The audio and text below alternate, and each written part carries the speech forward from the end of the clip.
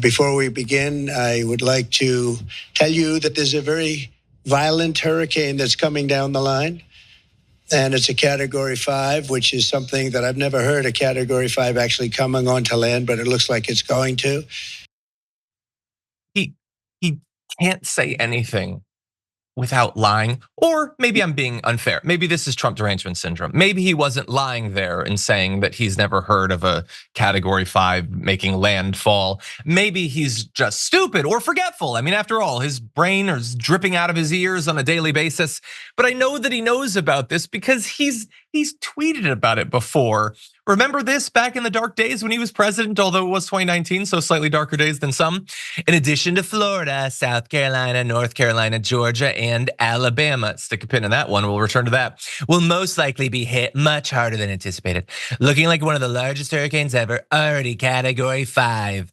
Be careful. Now, in his defense, perhaps, it didn't end up working out that way. That hurricane did not actually make landfall at Category 5, but he was talking about the fact that it would, and others have. And I know that this doesn't seem important, but I want to launch into the topic of willful misinformation about hurricanes, something that Donald Trump has a history with, because the hurricane he was talking about in 2019 in that tweet about Category 5 was actually this hurricane.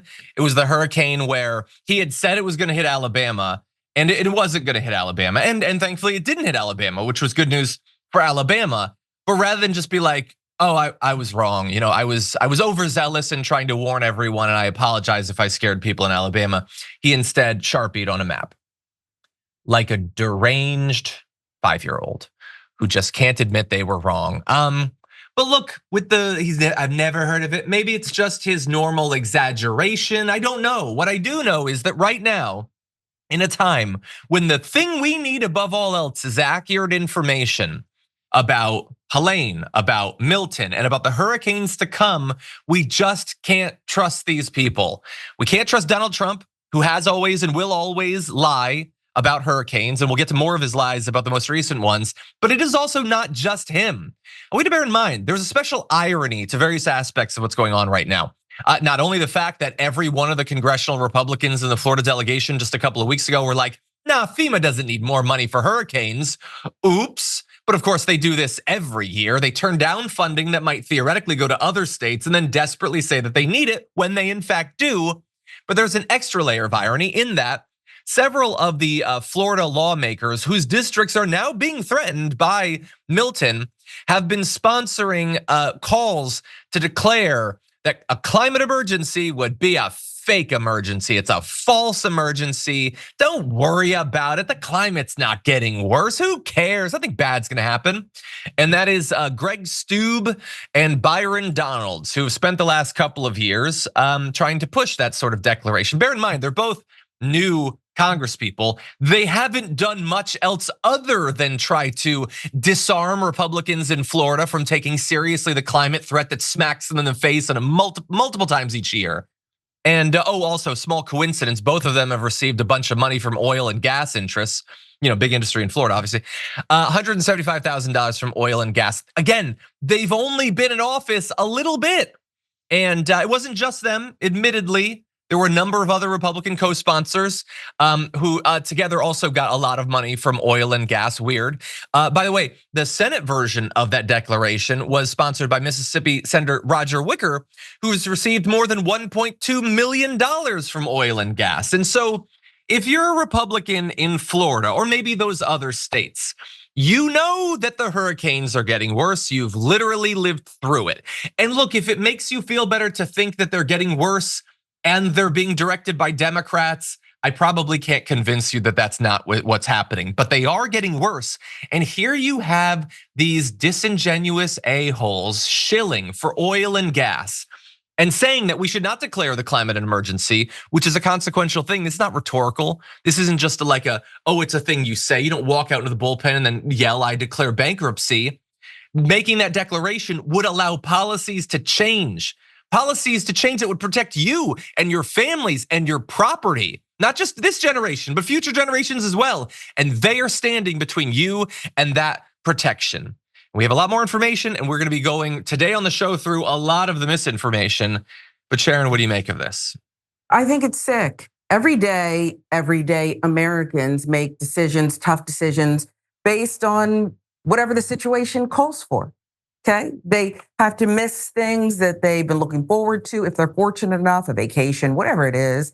It's called reality, John. That's what they're doing. They're looking at reality. And here you have these elected leaders who are, it's not just misinformation. Yes, it's disinformation, but it's derelict of duty. I really think that what they're doing is criminal here. And I don't think we need more laws on the book. I just think we need more common sense here. But it's criminal what they're doing to their own people. There's just no boundaries. And I can't wait till we get to that other question you had, because I think it's about the new normal, the one you teased at the top of the show. It's all relative who went too far and what ad, because what's the normal here? Yeah. Yeah, I know, in terms of the disasters, it's not normal. We should never allow this to be normalized. And the insanity, the misinformation. I know it's obvious at this point, but it is, look, regular people are just trying to get through their day. They don't have hours every day to analyze politics or whatever. And they unfortunately trust people that they shouldn't trust. And so they're lied to. And they end up in these positions that are so difficult to imagine yourself being in. Like, there are many people, you might be getting text messages from them that simultaneously believe that billions of humans changing the way we produce and consume energy and emitting carbon all across the globe for decades and decades and decades cannot have any effect on hurricanes. That's impossible. How could man ever do that? A Jewish Democratic billionaire made a hurricane and then he sent it at Florida. Just a one man. He had a machine. It was a laser and he just zapped the hurricane. And then the hurricane made landfall. We can do that. All of us together making poor decisions when it comes to the energy we consume. Nothing, no effect. Don't even talk about it. In fact, we should block it from ever being discussed. But one Jewish rich dude with a laser, he can be like, I want that to turn into a hurricane and it's gonna hit right here in Tampa on this particular day. I don't understand how people contain both of these positions in their head at the same time. But I do know what scientists are saying. They've done an analysis now of Hurricane Helene, and their models say, this is what they believe, that it dumped about 10% more rain over the southeast than a similarly rare storm would have done before human generated warming. And that Helene's winds were about 13 miles per hour more intense than a similarly rare storm would have been prior to the warming. So look, again, the hurricane probably would have been there regardless, but it was much worse and more devastating. 13 miles per hour difference. That's, I believe, basically the span between category 4 and category 5. Like, it's the span within one of the full categories.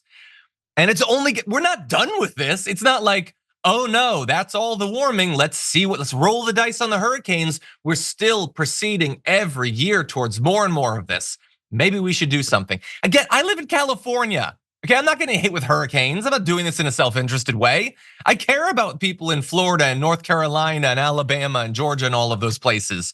Why don't the people living there listen to, politicians and media, care about them 1% as much as some West Coast lib does?